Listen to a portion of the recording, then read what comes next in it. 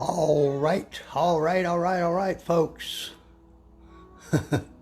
Whether you're watching on Facebook or YouTube, you might remember we're working on this Lexxus, which belongs to a regular customer.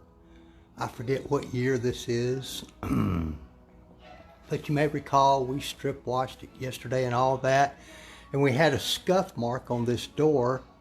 If you saw the previous videos, and I had discussed my plan of attack and some of the products I planned to use. And the scuff mark is now gone completely. I think maybe if you got up in here with a bright light of some sort, maybe a magnifying glass, you might could find where it was. But it is gone. That scuff mark was gone. It was a little deeper into, yeah it is, Miss Sherry, into the clear coat than I had first imagined. And one factor I did not consider was the ceramic coating that I had applied onto this. And I think part of my problem was whatever that was that brushed up against this car. Fortunately, it didn't dent it at all, but it did, I think it scratched into the ceramic coating and through that and down into the clear coat, Sherry. So I tried the chemical removal of it. Ended up using the paint thinner, which improved it a lot, but not to my satisfaction. So I'm going to show you here what I ended up having to do. Hey, Miss Kimberly! What I ended up having to do was use this, which is a 3000 grit sanding disc. Usually I'm doing a whole panel or something like that. I have it on an orbital. It just fits right on there. But for this purpose, I only had this small area. What I did was just and this is what they call a damp, as opposed to a wet. You can get 3000 grit wet sandpaper, but this is what they call damp. You just barely dampen it. And you see this white residue here on here. That is ceramic coating and just a little bit of, good morning, Kimberly, good morning. Just a little bit of clear coat where we remove just enough to get the scratches out. Light pressure. And, you know, the scratches were this way. They were horizontal, basically. So when we did our damp sanding, we did vertical, not circular, vertical. You don't want to do circular motions when you're doing anything like this. Even when you're washing your car, yeah, I know. They always teach you to do circular motions. Wrong. Do vertical, straight lines. Always straight lines when you're washing or doing anything to the paint. Trust me on that. Trust me, folks. But you know what?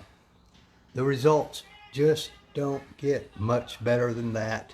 And what I did was wet sand this little area with this. And that took care of it. Of course, I was left with a white haze, which is what you want. You want a uniform white haze when you're done with this, with your defect completely gone, which is what happened. So then I used this stuff, which is really good stuff. It's a Griot's Garage product, which I'm not a huge fan of most of their products, but this is pretty good stuff, but it is pad dependent, as they say. This is for the removal of severe paint defects, which this wasn't totally severe, but it was bad enough. I used this first, with a medium pad, fairly coarse gray lake country pad on a long throw dual action polisher.